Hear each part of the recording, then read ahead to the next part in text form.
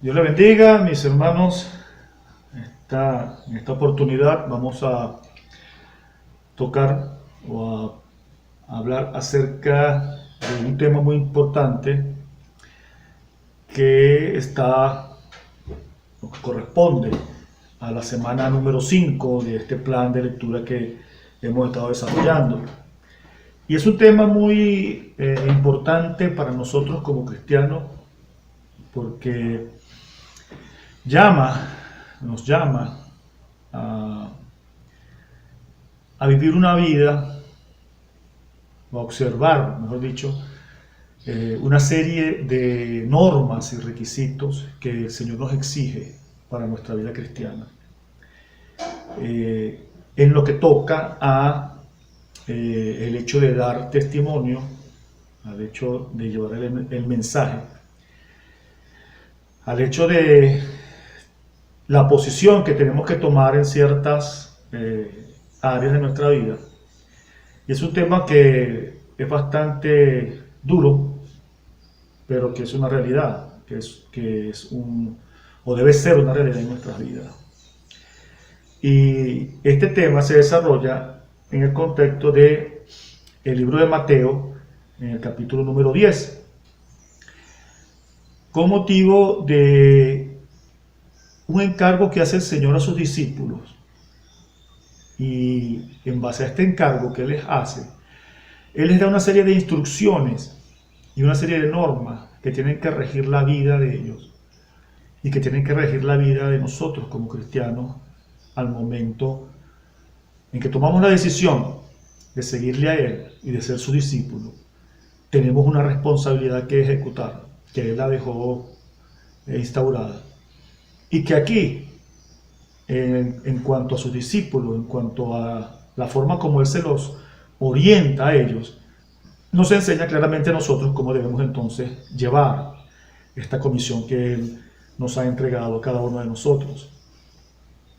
Vemos que Mateo 10, del versículo 5 al 7 dice: a estos 12 envió Jesús y les dio instrucciones diciendo: por caminos de gentiles no vayáis y en ciudades samaritanas no entréis, sino id antes a las ovejas perdidas de la casa de Israel. Y yendo predicad, diciendo: el reino de los cielos se ha acercado. Vemos a Jesús siendo muy específico con sus discípulos, encargándoles que vayan a llevar el mensaje a la casa de Israel. ¿Qué significaba esto? Que ellos fueran exclusivamente, primero, a todos los judíos, a todos los israelitas, llevándoles este nuevo mensaje, o este nuevo mensaje no, el mensaje de la cruz, el mensaje del evangelio, que era algo que ellos estaban esperando por mucho tiempo, esa buena nueva, ese evangelio que apareciera, y llegó con Jesús. Y entonces Él envía a sus discípulos, Él los selecciona y les da la orden específica de que primero vayan y lleven ese mensaje al pueblo de Israel. Ellos no debían ir con más nadie, ¿verdad? Por eso les dice: no vayan por camino de samaritanos ni de gentiles, exclusivamente a la casa de Israel. Ellos debían oír ese mensaje primero. Ahora, este encargo que Jesús les estaba haciendo a sus discípulos no era cualquier cosa y no era algo que iba a ser fácil para ellos. Y por esto Jesús les advierte. Y vemos que en el mismo capítulo 10, el versículo 16 al 18, dice: he aquí yo os envío como ovejas en medio de lobos. Sed pues prudentes como serpientes y sencillos como palomas. Y guardaos de los hombres, porque os entregarán a los concilios y en sus sinagogas os azotarán. Y aún ante gobernadores y reyes seréis llevados por causa de mí para testimonio a ellos y a los gentiles. Vemos que no era cualquier cosa lo que estos hermanos, estos hombres iban a enfrentar. Vemos que este encargo de Jesús a sus discípulos de llevar ese mensaje no iba a ser una tarea fácil. Ellos debían estar atentos y tener un espíritu humilde. Debían tener cuidado de los que los rodeaban, porque ellos mismos los entregarían a las autoridades. Recordemos que el sitio donde ellos estaban, o mejor dicho, el momento histórico, para ser más específico, en que ellos estaban, era bastante complejo para ellos, para la fe, ¿verdad? ¿Por qué? Porque ellos estaban en la región de Palestina, la región de Judea, toda esa región, ellos lo ocupaban. Y ellos en esos momentos estaban ocupados por un imperio, que era el imperio romano, con sus leyes, con sus normas. Y a pesar de que ellos lo respetaban, lo que en cuanto a religión ellos tenían, había un detalle muy interesante, muy importante y determinante en las relaciones entre ellos y el imperio. Era que el César era o se consideraba Dios. A él se le debía un respeto, un honor, un reconocimiento que solamente los cristianos podían darle a Jesús o a Dios. Ese trato hacia Dios no podía ser compartido por un cristiano hacia el César, era imposible, era negar a Dios. Y entonces es allí donde se plantea la situación más fuerte y más complicada para ellos, porque el César era el Señor para el imperio, y el imperio obligaba a que ellos lo reconocieran de esa manera. Y nosotros en nuestros días nos conseguimos con múltiples y diferentes formas de oposición hacia el mensaje, hacia la prédica del mensaje, hacia el compartir o hacia el compartir el evangelio hacia los demás. En todo el mundo vemos que hay muchas y diferentes situaciones. Vemos, por ejemplo, que hay lugares donde la agresión hacia el evangelio es total, es frontal, te llevan a la cárcel, la persecución es dura, significa incluso perder la vida. En otros lugares se da como una forma de discriminación, hay ciertas agresiones físicas, mas no son tan frecuentes, es más fuerte la discriminación por el hecho de la causa religiosa. En otros lugares la cosa es más suave, ¿verdad? Una discriminación más solapada. En otros lugares ni siquiera no hay ningún tipo de persecución, pero muchas veces estos son los lugares donde el enemigo tiene más éxito en adormecer al pueblo de Dios. ¿Por qué? Precisamente por esa pasividad los hace que en lugar de estar buscando las cosas del reino, el cristiano se dedique a buscar las cosas de la vida humana y entonces se entretiene, ¿verdad? Y pierde el tiempo que debe dedicar al mensaje, a la predicación del mensaje, a compartir el mensaje de la palabra del Señor. Por eso vemos que en diferentes situaciones hay diferentes tipos de contrariedad o de contraposición al Evangelio. Entonces fíjense que estos hermanos no se iban a conseguir con algo fácil, no era algo como lo que tenemos nosotros en nuestra sociedad occidental, esa comodidad que nos adormece, sino que ellos iban a tener una confrontación bien fuerte. Y vemos que Mateo 10, del 19 al 22 nos dice: mas cuando os entreguen, no os preocupéis por cómo o qué hablaréis, porque en aquella hora os será dado lo que habéis de hablar. Porque no sois vosotros los que habláis, sino el Espíritu de vuestro Padre que habla en vosotros. El hermano entregará la muerte al hermano, y el padre al hijo, y los hijos se levantarán contra los padres y los harán morir. Y seréis aborrecidos de todos por causa de mi nombre. Mas el que persevere hasta el fin, este será salvo. Fíjense que aquí el Señor les explica muy claramente que lo que deben hablar, y es una enseñanza para nosotros hoy, lo que debemos hablar nosotros es la palabra del Señor. Fíjense que Él dice que ustedes no son los que hablan, sino el Espíritu. O sea, lo que dice el Señor en su palabra es lo que nosotros debemos hablar, lo que nosotros debemos compartir. Y advierte entonces las consecuencias de esto. Dice que incluso la familia será de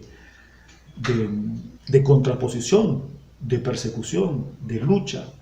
Y es fuerte. He conocido casos muy particulares donde la familia ha agredido fuertemente, hasta físicamente, a personas, a integrantes que llegan al Señor y son rechazados porque mantienen este mensaje. Y es una advertencia que el Señor nos da, que eso va a suceder, y que eso nos va a suceder por el hecho de llevar el mensaje de la cruz. Ahora, ¿por qué? El mensaje de la cruz, el mensaje del Evangelio es locura para aquel que no lo conoce. Para aquel que se pierde es una locura. Es un mensaje que deja expuesta la corrupción, la maldad, el pecado. Es un mensaje que trae a la luz todo lo malo del hombre. Y eso no le agrada al mundo, que lo dejen expuesto. Porque el hombre en la sociedad que aparenta y se cubre con una capa de moralidad, de bien, de yo hago las cosas bien, o yo no le deseo una mal a nadie. Pero resulta que cuando el evangelio verdadero llega, descubre, porque la palabra del Señor es como una espada que traspasa, que llega hasta lo profundo de los tuétanos, hasta el profundo del corazón, y expone la maldad que está dentro del hombre. Y a eso el hombre, a la sociedad del hombre no le gusta. Por eso rechazan este evangelio.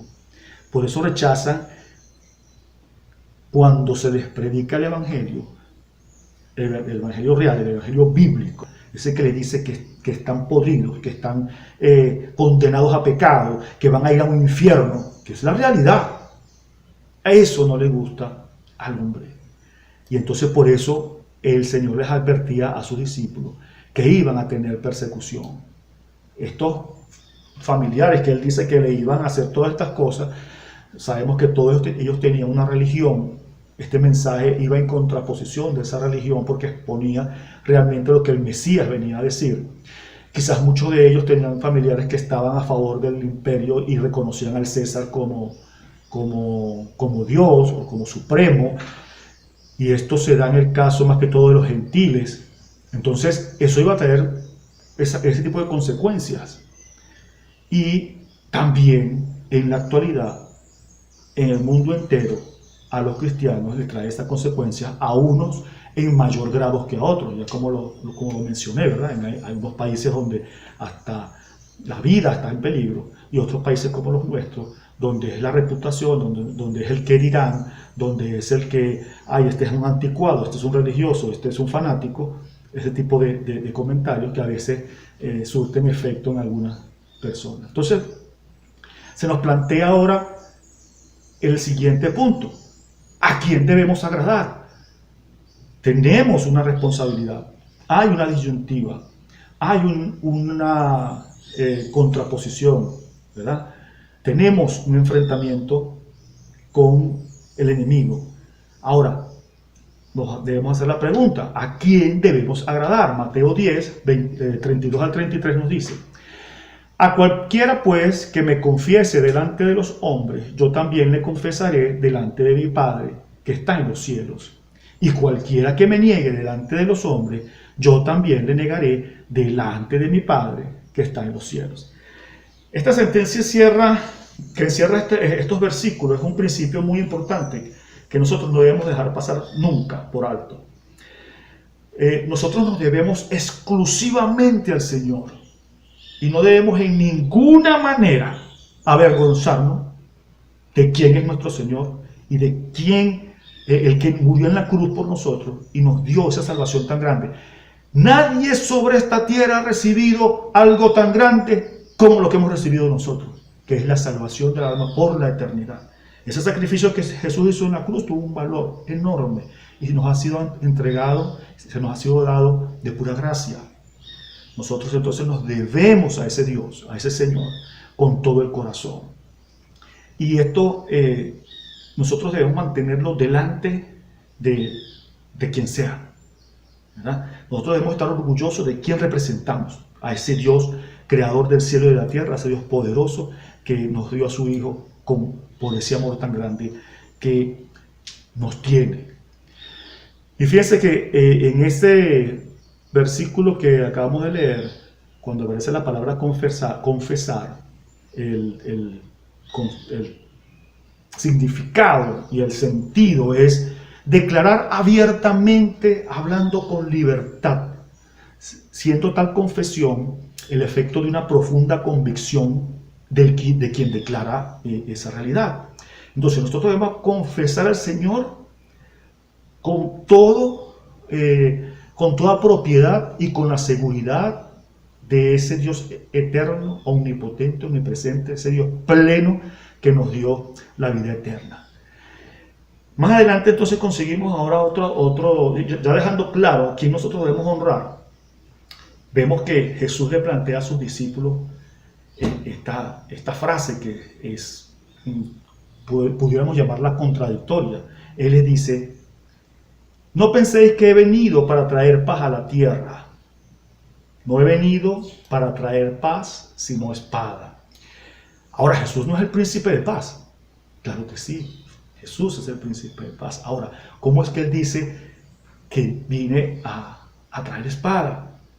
Como dije, esto no pareciera que no tiene sentido, pero Él viene a traer espada porque ese mensaje que Él traía, ese mensaje que Él trae, ese mensaje del Evangelio, no era, como dijimos antes, un mensaje que le gustara a la gente o que fuera agradable a la gente, sino que era un mensaje que los iba a desnudar, que los iba a exponer, y por lo tanto vendría el conflicto. Y esto traería un problema, que es en la causa. Jesús vino a ser causa de división, ¿verdad?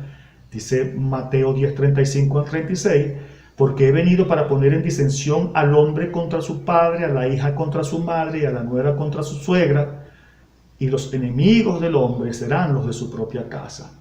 Acá encontramos a Jesús llamándoles la atención a los oyentes acerca de la corrupción a la que el pueblo de Israel había llegado. Y Él les recuerda que ellos desde siempre habían estado comportándose de esa manera.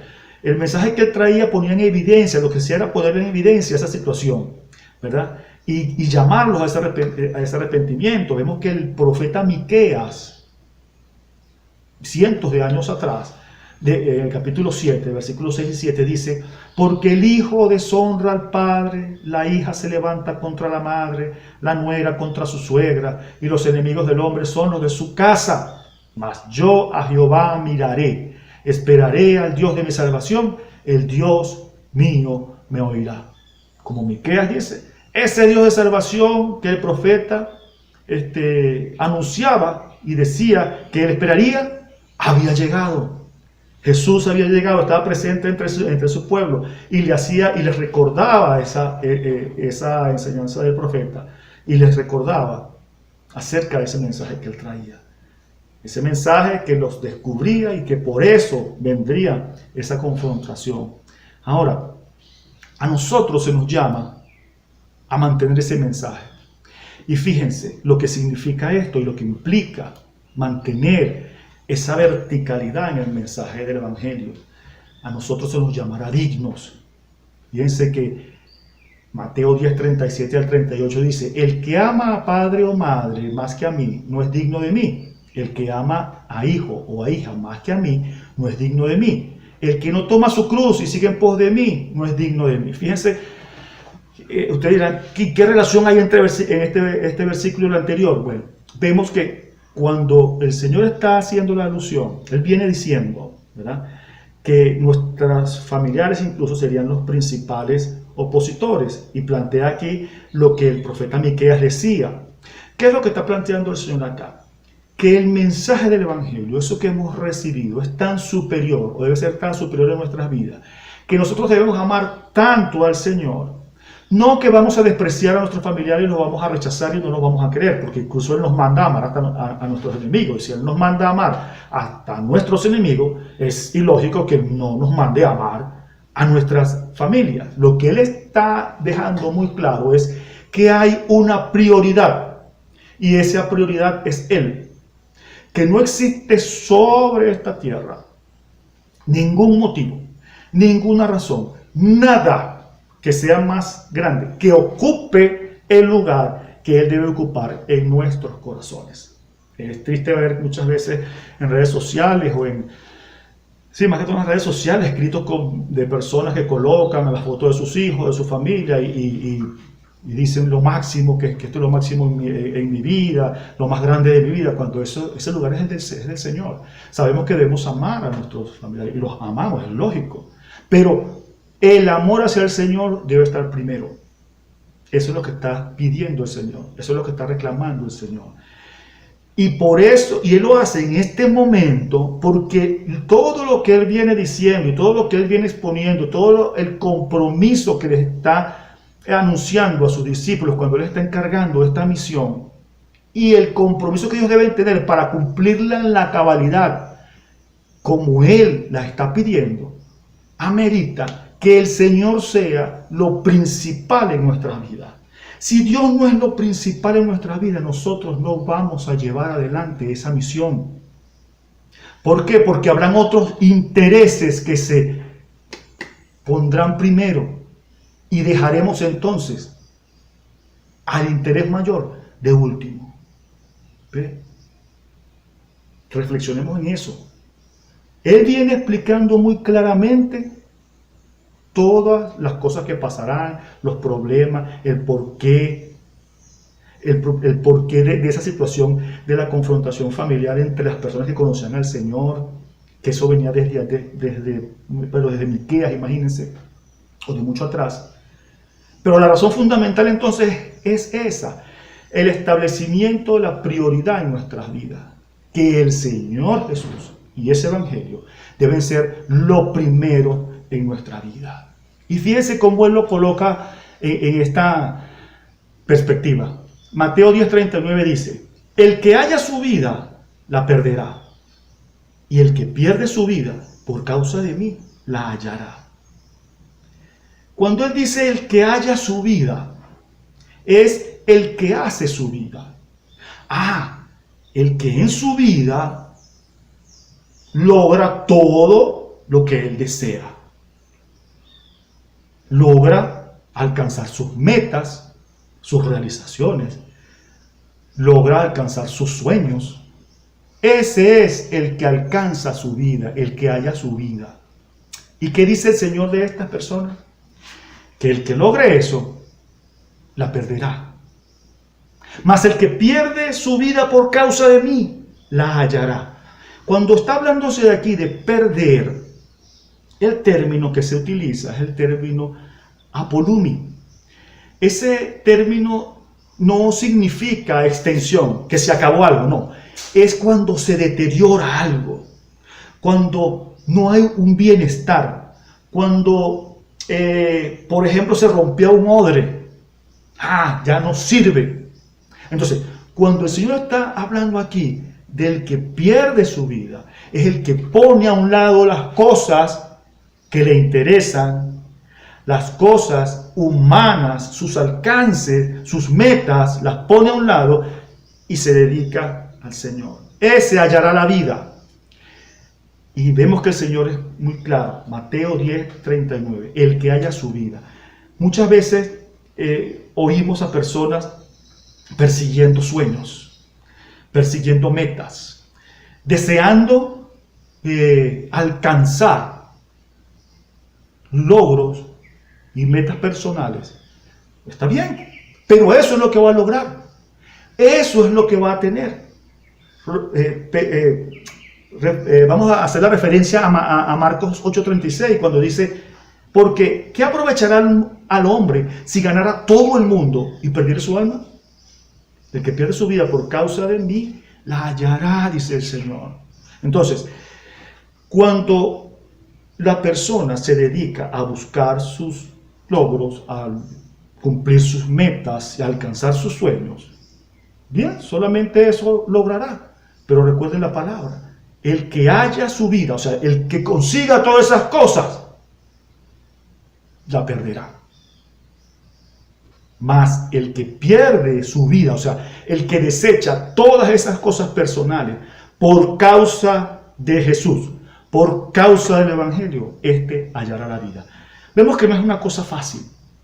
Vemos que no es una decisión que sea frívola. No. El Evangelio es algo serio, hermano. Seguir a Jesús no es algo de domingos, hermanos. Seguir a Jesús es la vida. Es 24/7. No somos cristianos nada más el domingo cuando vamos a la iglesia. No somos cristianos nada más cuando nos conseguimos con el hermano en la calle.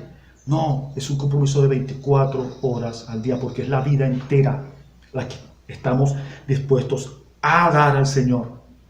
Cuando nosotros llegamos al Señor, nosotros pasamos a ser templo de su Espíritu, templo del Señor. Y ese es un templo que no va a ser vaciado, que va a estar ocupado siempre con la presencia del Señor. Entonces no podemos servir a dos señores. Con esto no estoy diciendo que no vamos a estudiar, ni a trabajar, no. Es que esas cosas no estén por delante, como en el versículo que leímos acerca de la familia. Él dice que el que no es, que el que ama más al Padre, no es el que odie, no, el que ama más a Padre y a Madre que a mí, no es digno de mí. Y el que ama más a un trabajo, o a un logro, o a un sueño, más que a mí, no es digno de mí. Es el hecho de que todas las cosas que tenemos, que somos y que obtenemos, estén a los pies de la cruz. Es el hecho, por ejemplo, de que si usted es un médico que está pensando en sanar a la mayor cantidad de personas, no en enriquecerse a costilla de esas personas. Que si usted es un ingeniero, usted está pensando en hacer las cosas correctamente para beneficiar a la mayor cantidad de gente y no para usted obtener beneficios suntuarios, lujosos, sino que con dignidad usted pueda tener sustento y abrigo. Ese es el tamaño del compromiso. El mundo nos pone otros parámetros. El mundo nos pone el parámetro del éxito, que el éxito es tener cosas incluso que no nos hacen falta, pero que son demostraciones del éxito. Y eso es lo que quiere el Señor para nosotros. Él quiere que nosotros alcancemos la vida. Y Él dice claramente, el que haya la vida, o sea, el que cumpla sus deseos, el que cumpla y viva para sí, va a perder su vida. Mas el que viva para mí, el que pierde su vida por causa de mí, eso es desechar todo lo que es del mundo y seguir a Cristo directamente, este la hallará. Entonces, ese es el llamado. Sabemos que no es muy agradable, pero es la verdad. No es muy agradable, pero es lo que hay que hacer, es lo que tenemos que hacer. Entonces, ese compromiso que el Señor nos llama es un compromiso completo.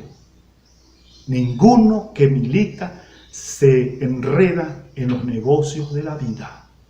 Eso lo dice la palabra. Nadie que milita en las filas del Señor, en el ejército del Señor, se enreda en los negocios de la vida. Porque tenemos que seguir directamente a ese Padre que nos ha dado un camino, que nos ha trazado un camino y nos ha abierto una puerta que es estrecha. Y ese camino es estrecho y esa puerta es estrecha, pero ese es el camino y es por allí donde debemos transitar. Dios me lo bendiga, mis hermanos. Nos vemos en la próxima lección.